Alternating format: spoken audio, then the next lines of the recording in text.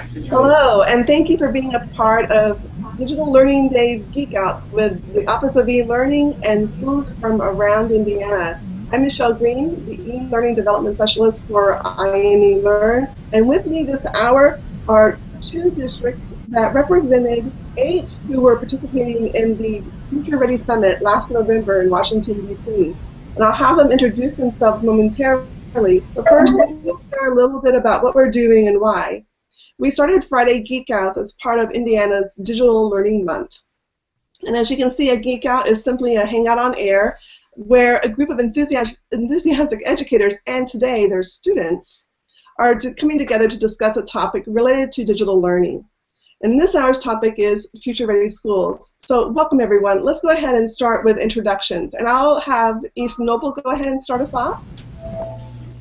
Hi, I'm Ann Linson. I'm the superintendent with the East Noble, and we are located in the northeast corner of Indiana in Kendallville.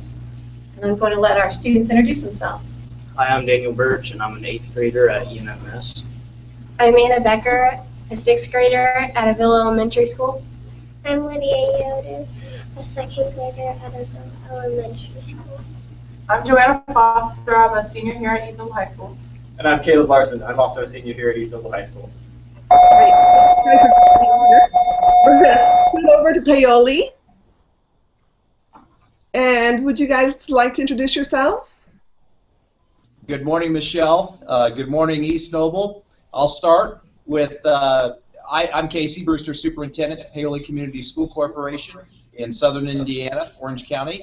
And I will turn it over to our panel of students here and have them introduce themselves and also what grade they're in, starting here on this end.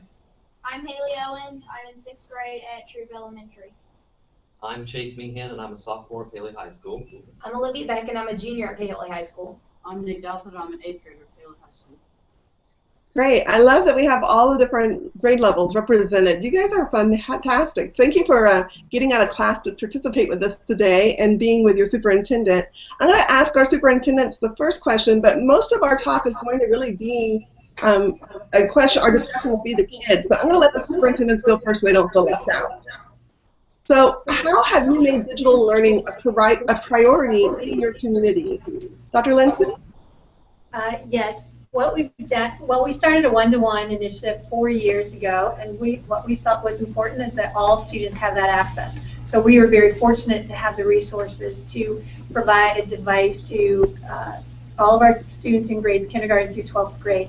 So our kindergarten through 4th graders have tablets, and our 5th through 12th graders have laptops, and those go home with them every night, 12 months a year. And what we really found is it really is important for us to provide the tools for our students so they can be successful after high school. And it doesn't mean for us, it didn't mean just giving it to them when they're a senior, but actually starting that as early as kindergarten. And you're going to hear from Lydia, who's a 2nd grader, and we were just discussing today that she has no education different than with technology. So that is very nice. But I think what has been critical for us, it's not about test scores, it's truly about preparing our kids for a future and getting them ready so they can be successful when they leave high school, whether that is in a career or going to a university.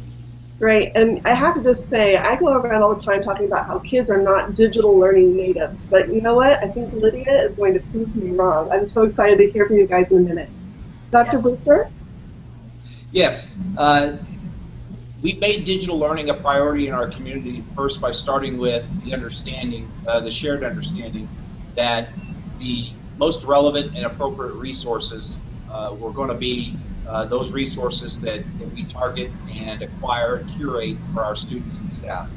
And while we recognize, and obviously taking part in this discussion, that technology and integrating technology to enhance instruction and learning is a priority, it didn't start with technology. Once we identified technology, digital tools, devices, and other resources related to the digital technology do in fact, in many cases, provide the most engaging content or tools or strategies, well, then that's the direction that we're going to head. In setting up our one-to-one implementation, which actually rolled out just at the start of this school year, we rolled out our Chromebooks to grades 7 through 12 this school year. Next school year will include grades, 6 through 12 this school year. Next year will include grades pre-K through 5. Obviously, they're not all going to be Chromebooks, especially at those primary grades, and so we involve teachers, students, and other stakeholders in evaluating the resources, the devices, and make that a part of our district-wide improvement process and in all of our planning. And so it's integrated and embedded in all facets, not just with our work and our improvement efforts with students and parents, but it certainly involves the entire community. Great, thanks. And Washington Township, I see that you were able to join us.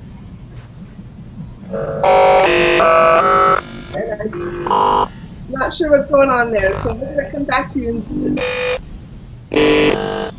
Got some audio issues, I think, Mr. Hamilton. So let me go back to our students.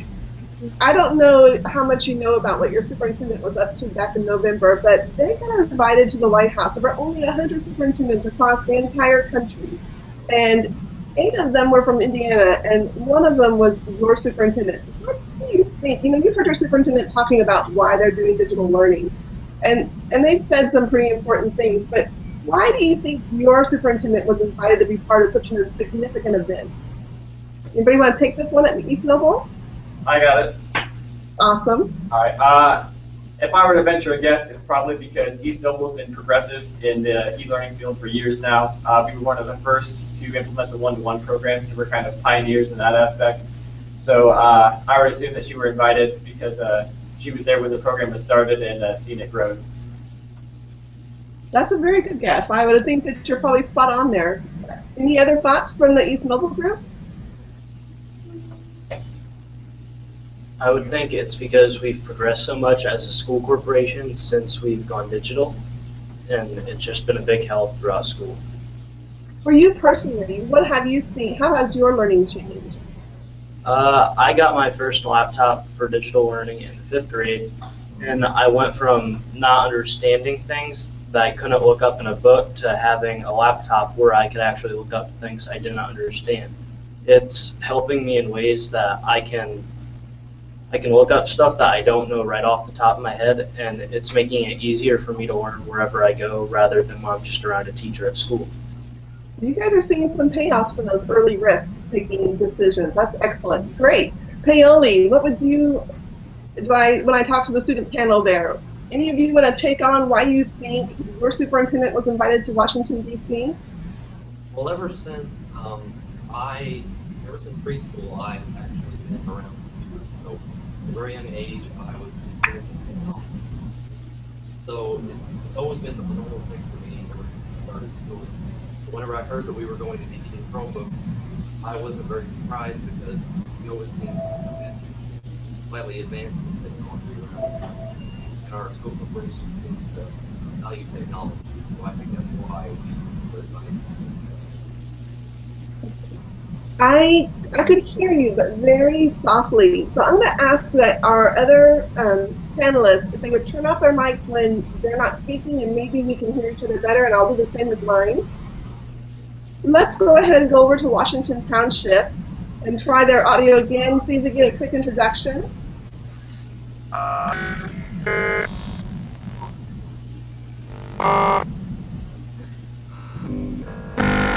Mr. Hamilton, it doesn't seem like it's working at this moment, so we'll come back again. So my next question is again for the students. What types of digital tools are allowing your learning, because I've heard this, it's you're directing your own learning, to be more personalized, to give you that freedom to learn anytime, anywhere? And I've heard you guys mention a couple of big tools, but any particular web tools or websites or things that you're using that really is giving you a chance to become a digital learner? I think that using an online gradebook and having a search engine like Google has been a big help in learning, and I also think that having a website where we can turn on our assignments like Canvas, that's the program our school uses, and it makes it easy to see what our assignments are and if we've turned them in or not. Good example. Paoli, would you like to add to that? I'm assuming Lydia's shaking her head no. Lydia, let me ask you a question, okay? Because I know that your mom and dad love for you being a digital learner. I just happen to know them a little bit. What is one of your favorite apps to work with?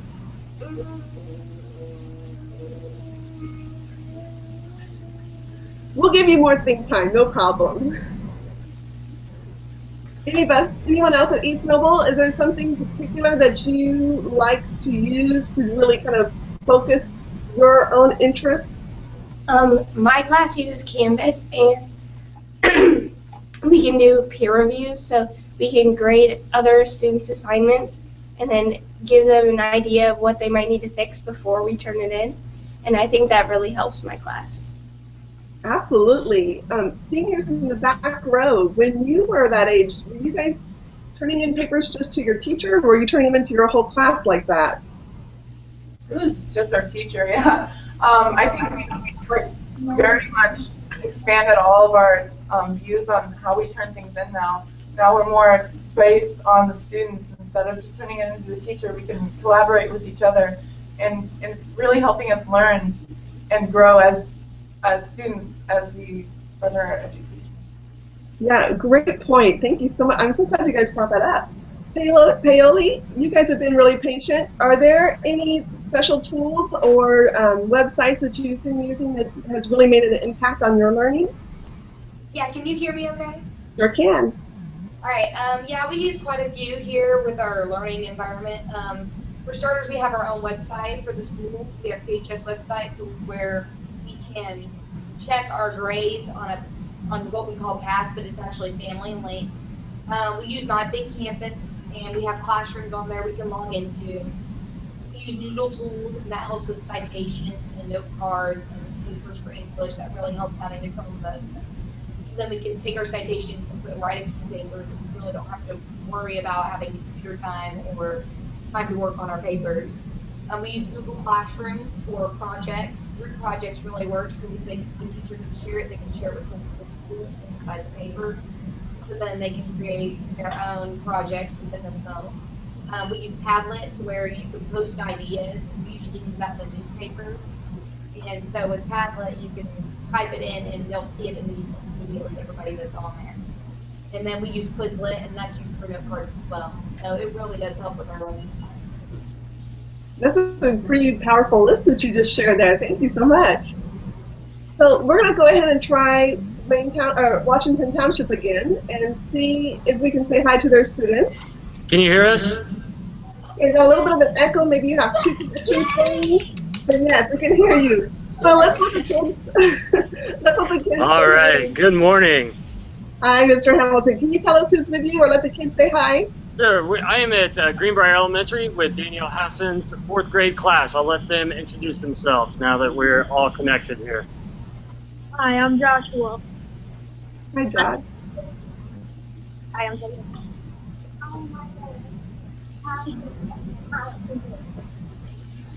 All right, we're good. I'm so glad you guys were able to ring in. So we're going to skip the grown-up questions, and I'm just going to ask you guys the same question we asked everybody else. What are some of those digital tools or websites that you're using for your learning that you really see being powerful? We are using Reflex to help us with our multiplication, addition, and division, and subtraction, and it's pretty good. It works a lot. What else? We use our lesson, so we can do better.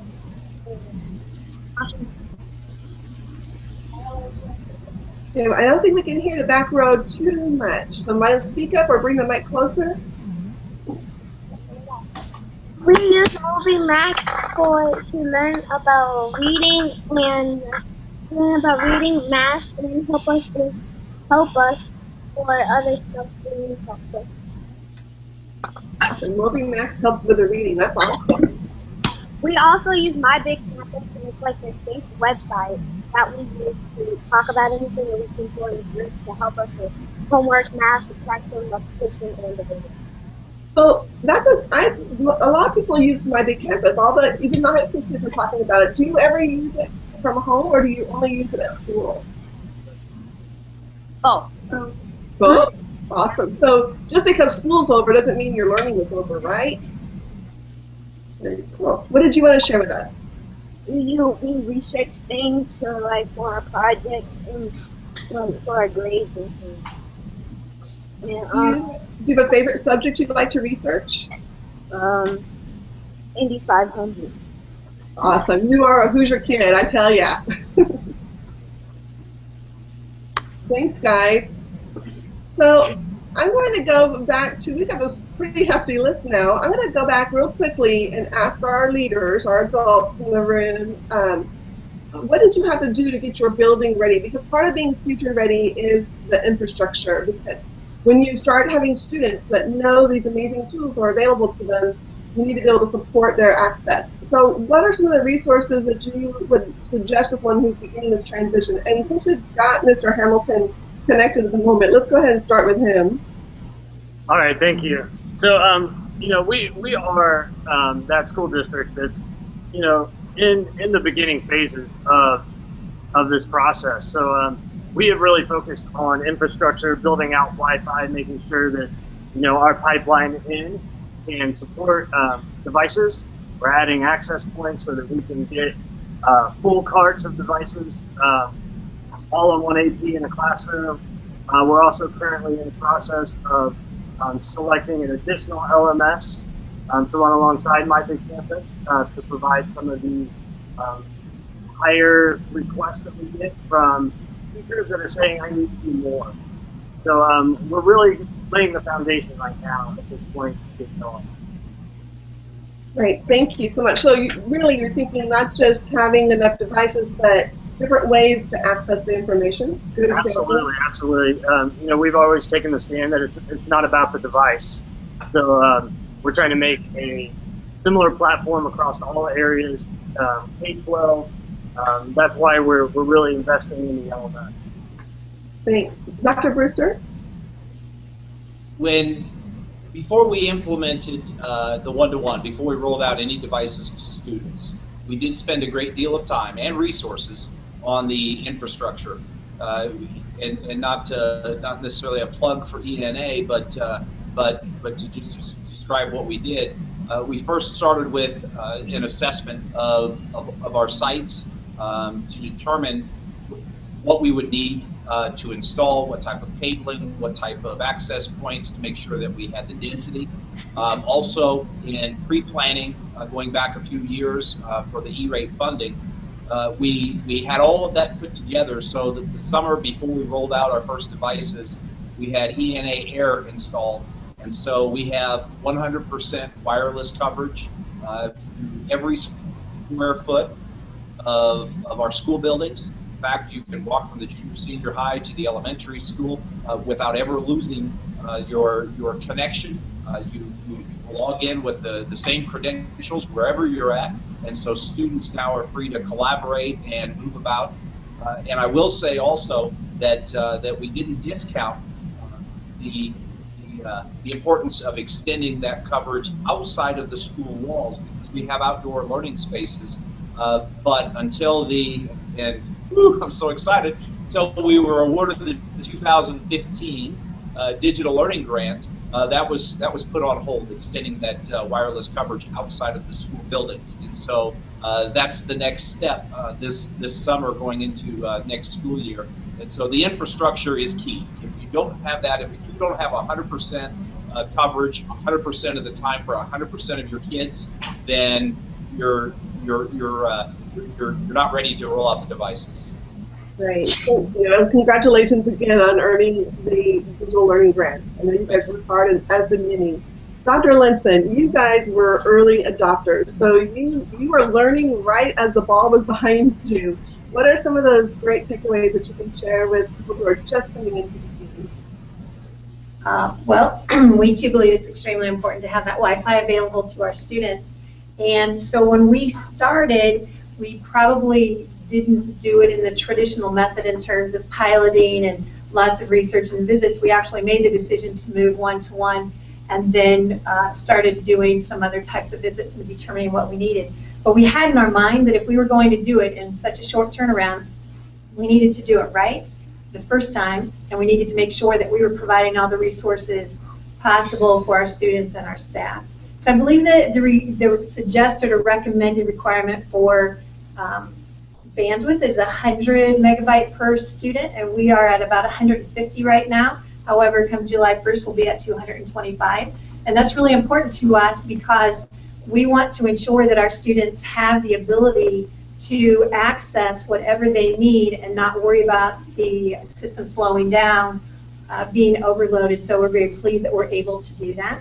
We also know that that access in all of our buildings is critical, so we have that from the very start. We have access outside of the building, so if the kids go to a football game, they can access the Wi-Fi also. But what's also been very nice is our community has certainly bought into this, and so we have more restaurants, more areas. Obviously, our libraries have Wi-Fi for our students. We've worked with our libraries to make sure that everything is compatible. But we also have, in the Kendallville community, they placed free Wi-Fi within the community, so our students can walk up and down Main Street and a few other areas and have that access. So it really contributes to that anytime, any place learning framework that we're after. And along with that, we incorporated e-learning this year and have used that some, not all of our canceled days, but some of our canceled days, that again helps our students and our community understand that our students have that access at any time, any place, so that their learning is not interrupted and that they can explore a variety of areas, that content and information that they need. So we really feel very fortunate to be able to provide that to our students. Right. I love that you brought in the community component because that is absolutely essential, and it sets the tone for what your school vision is when everybody is buying into that. I'm going to do a quick reminder that we would love to have your questions. So we do have a small audience watching, and I know we'll have several visit our archives, but if you would like to either tweet to INELearn, or you could simply ask the question using the blue button on your browser, and we will see that and be able to share that with our students. We have a few more minutes for my last question for the kids, and I want to give everyone a chance to do that, but then we saved the last 15 minutes for your audience questions. So just a reminder to share those with us. So East Noble kiddos, why or what do you think it means to be a digital learner? Why are you a digital learner? Not just because you stayed home on a snow day, right, and did your schoolwork, but why are you a digital learner? What makes you that? I think what makes East Noble's students digital learners is that we were all given the resources we're all given a computer and the technology to continue our education, but it's our responsibility to use that to its fullest potential. I think that a computer is a tool to learn more, and which could just as easily be abused or not used to, I guess, for its fullest potential. So I'd say that what makes a digital learner is having the resources, but then using it to its fullest potential. Nice definition. Anyone else in the group?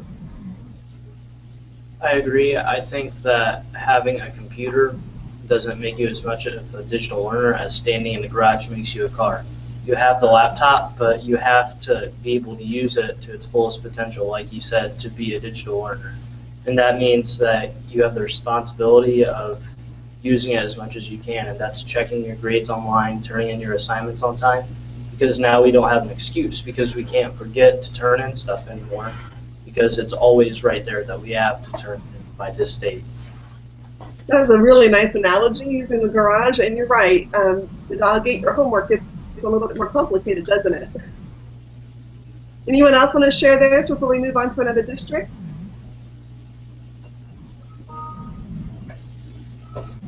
Right, all right. If you think of something, let us know, okay? Because I want everyone to get a chance to share. So, Washington Township. One of you want to share what makes you a digital learner? What does that mean to you? Today is Digital Learning Day. Now, I know most days is Digital Learning Day in your school. What makes you a digital learner, and why is that important?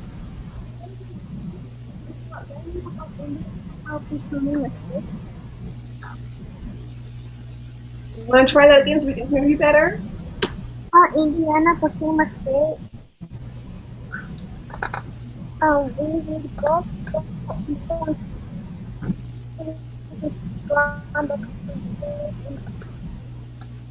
I really wish we could have heard that better. I don't know about the others, but I'm having a hard time getting the audio.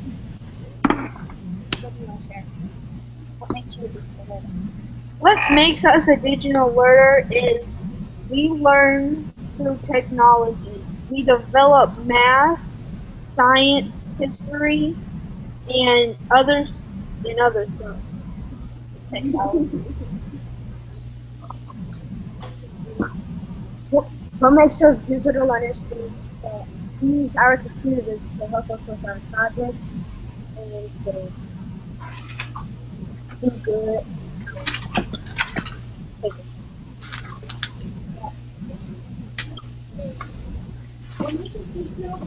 Really loud, okay? What makes us digital learners is like we can go on the internet and research things for papers or like an assignment we have to do. We can just go on the internet and we can find it out there. Because you can get a lot of information from the internet.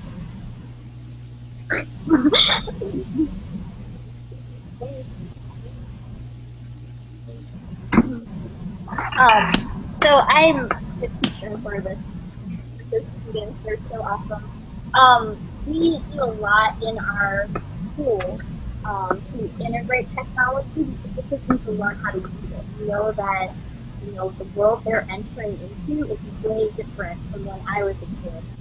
They need to be able to search for things on the internet and know what's good and what may not be good information. And our school district really has done a great job of providing the tools for the teachers to be able to integrate technology into our classes. I am just amazed when I talk to some of my other friends who work for other districts, and I'll be talking about, yeah, we use the communication board to chart and for responding to things with chart, and they'll be like, I don't have that, and they get very jealous, basically, of the technology that we have at school. So I hope that our students at Washington Township continue to grow as digital learners, starting with elementary school, and I think it's going to be different for them. It will evolve as they get older, how they do. Thank you. And I can tell that your students are very prepared for sharing today. So I'm glad you guys are here. Paoli, what makes you a digital learner? What does that mean to you that you're digital learners? As a digital learner, we have to adapt in certain ways, and which gives us more of the responsibility on us, not our teachers. So if something goes wrong, or if we have to do an assignment, it's more on us, not our teachers. So it gives us more of a responsibility, it teaches us to be responsible for what we have to do. And being a digital learner, we have to use our tools that we're given, and we are given plenty of tools and resources that we have on our Chromebooks and websites that let us use computer. Websites are multiple. We have to use those tools in a certain way to help us enhance our learning. Very well thought out. Thank you. Anybody else from Paoli would like to chime in on that? I think what it means to be a digital learner is learning technology. Yeah, I'm gonna interrupt just for a second. I'm going to ask East Mobile, and I think Washington Township has theirs muted. If we can mute, I think there's some background noise that's taking away from Paoli. Okay, let's try that again. Sorry. I think what it means to be a digital learner is learning technology. And in the future, there will be a lot more technology. And using it now as long as there's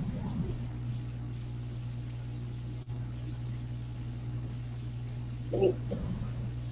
Okay, so for our very last minute, that means we have about 30 seconds each, and that's being generous. Leadership, our administrators and our advisors in there. What is something that you've learned this last year as part of the process to transform teaching and learning? So your students just shared that they've been learning. What have you learned in the last year as part of this process? I'll start if no one else is ready, and I'll make this short and sweet. Listen to students. Not that's not important all the time in all areas, but especially when you're looking to integrate and implement something new. We're doing it for the kids. We're doing it with the kids. doing it on their behalf, and to think that they don't have insight that would help guide and direct is incorrect. In fact, their unique insight most of the time is the most valuable insight that we can use to implement technology. And so constantly make sure that you're including your students in the discussion, listen to them, hear what they have to say, and ask them what they feel will best enhance their learning, and that will most likely send you in the right direction. Excellent advice, and sounds like good learning. Michelle, I didn't quite hear the entire question, but I think I get the gist of it. But something that was really important to East Noble through the whole process when we first started doing the planning and holding the discussions, we had many community members and even staff members who were naysayers, this won't work, students are going to lose them, students are going to steal them, all kinds of things like that. And in the end, it really comes down to quite often we get caught up creating policies and rules based on that 5 to 10% that may not make the best choices.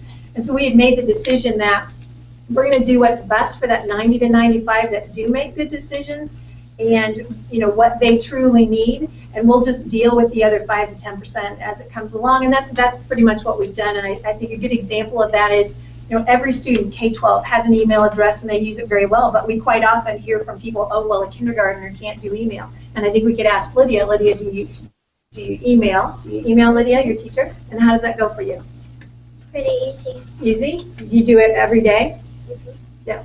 So, those are the kinds of things that we've tried to do and open up as much as we possibly can, obviously keeping legal and what's expected of us, but really realizing that wherever we set the bar for our students, that's what they will live up to. So we've really tried to give them, create a capacity that they can grow and that will very much help them be successful. And it goes back to being future ready. If we don't teach them in a safe environment how to use technology safely, then they aren't going to be prepared when they get out of high school. That's really what we've kind of focused on. Great example of learning and leading. Thank you so much, Dr. Linson. All right, Mr. Hamilton. All right, so I'm going to get pretty cliche right now, but Rome wasn't built in a day. We are taking the right steps right now to ensure success. It truly does take everybody involved. I love what was said first about keeping the focus on the students. That's why we do what we do. And not to lose sight of that when we're looking at devices or looking at infrastructure or any of the kind of non-essential stuff. Our students are essential, and we need to remember that. So it does truly take a village to get this done, and I feel like that we are taking the right steps at Washington Township to ensure success, not only for digital learning, but for our students as well. And you guys are all focused on the same thing, what's best for students, and not just some students, all students, and keeping that in mind. So wonderful examples. We haven't had any questions from our viewers yet, which is fine. We're not gonna push them, but it's kind of a neat opportunity for me to invite the student panels to let me know if they have any questions for anybody else in the panel or questions that they wish I had asked them. Any thoughts you guys want to share that don't apply to the questions that were asked? Are you curious about the independent schools, or do you have a question something that you want to share in honor of Digital Learning Day? How do you think this is going to make a difference in high school? Yeah, I think having computers in the school will put East Noble students ahead of the curve as far as using technology in the workplace and also in college. I think we're already ahead of the curve as far as how much we're able to do on our computers. I think that if you were to set an East Noble student beside a student who did not have a computer in the classroom, I think we would excel. I think that for anything technology, an East Noble student would be able to pick it up quicker and do it better than someone who had not had the experience that we have. So I think that's definitely prepared for the future as far as work readiness and college prep.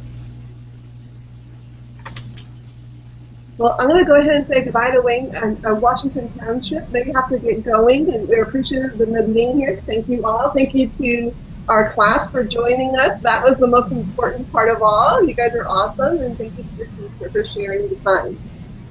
Bye, guys. So I will do a quick reminder for those who aren't familiar with Future Ready that this is an organization, well, not such an organization, it's an initiative that you can learn more about it at futurereadyschools.org. So I would encourage you to look that up. If you're interested, we'll tweet out the link as well. Paoli students, was there anything that you would like to add to the conversation before we wrap up? No, thank you very much, though.